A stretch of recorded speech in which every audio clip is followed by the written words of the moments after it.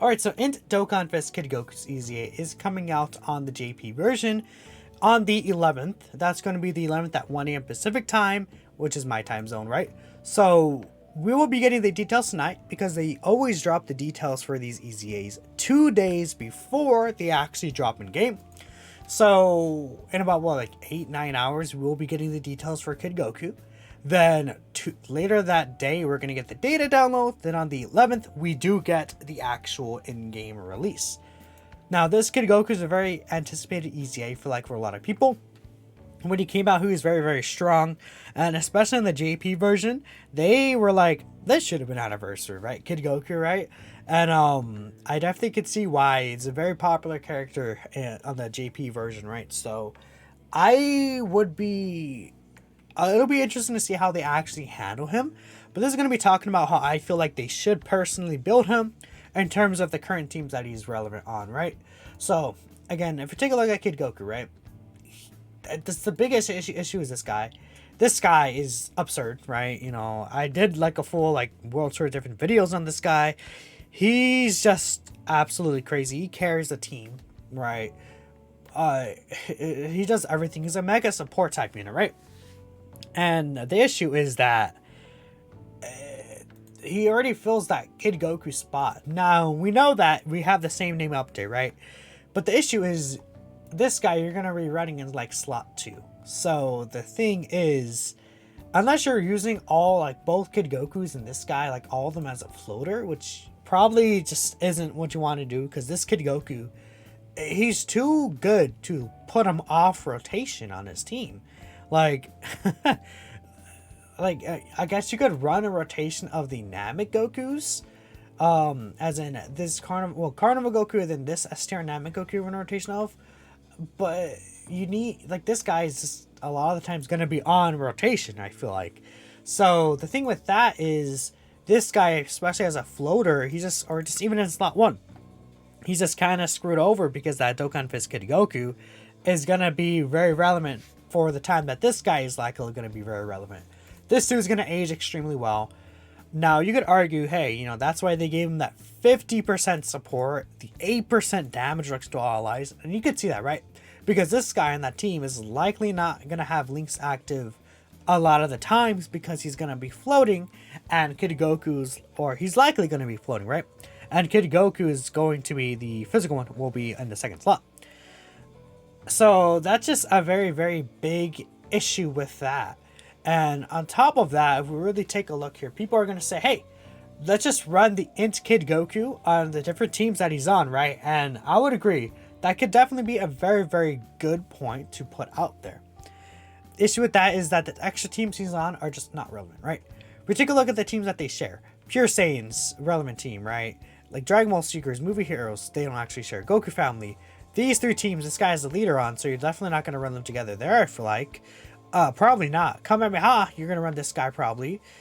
But, well, maybe, because this guy is a Dragon Ball Saga youth category ally support, right? Bond of Friendship, Bond of Parent and Child, right? They share all those teams together.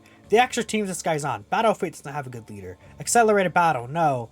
Powerful Comeback. Actually, I guess Powerful Comeback is a good team because it's this guy's lead. He leads that team, so that's one team, right? Let's see, what else would you run them? Saviors, Giant A Power, Full Power, Revenge, Rapid Growth. None of these teams have good leader skills. And those are the actual teams that you would run this guy off because this guy's not on the team. So that's just really the issue that's going on there. But the thing is that the relevant teams you're gonna have them on together,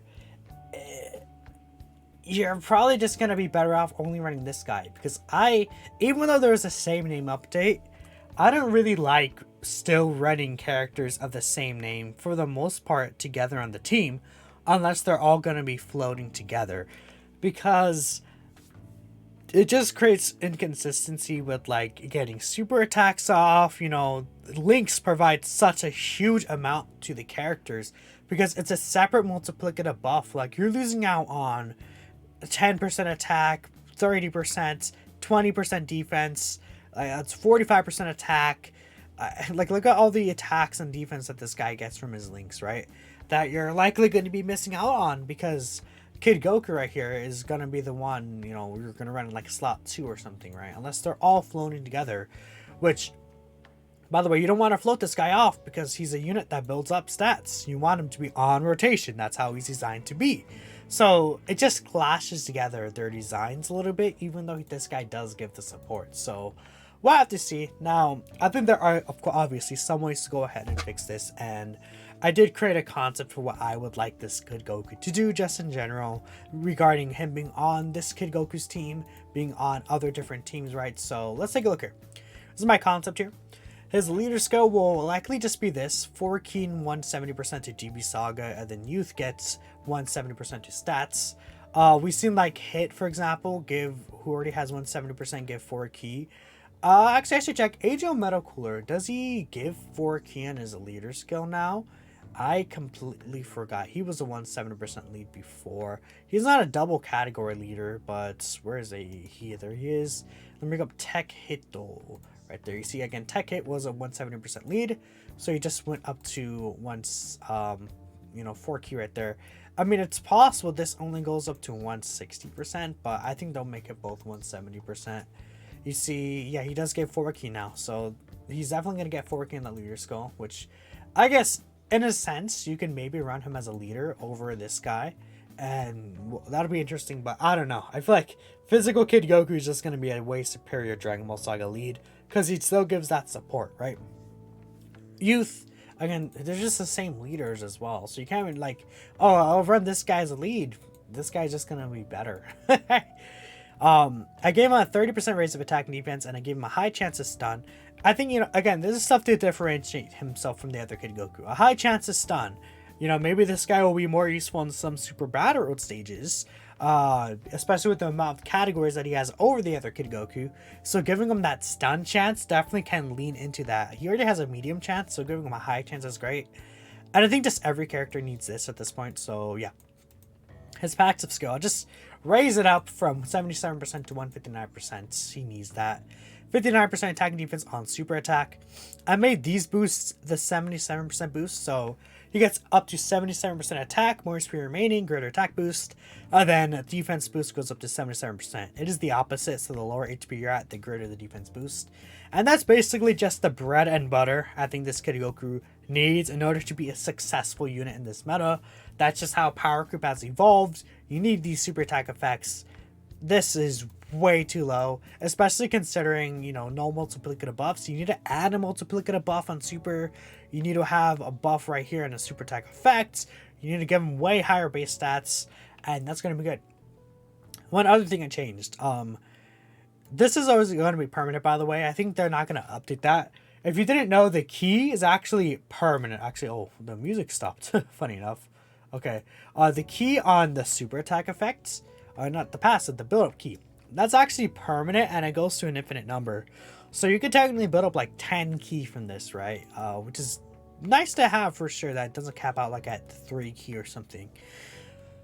I made this bigger, so you see 10% attack and defense on 1 key up to 59%. I made it 20% so that even if you do have to float this guy or anything like that, you will be able to build up a lot quicker. Instead of having to have him on rotation 6 times, it's only 3 times, so it's very, very nice. And then I gave him damage reduction.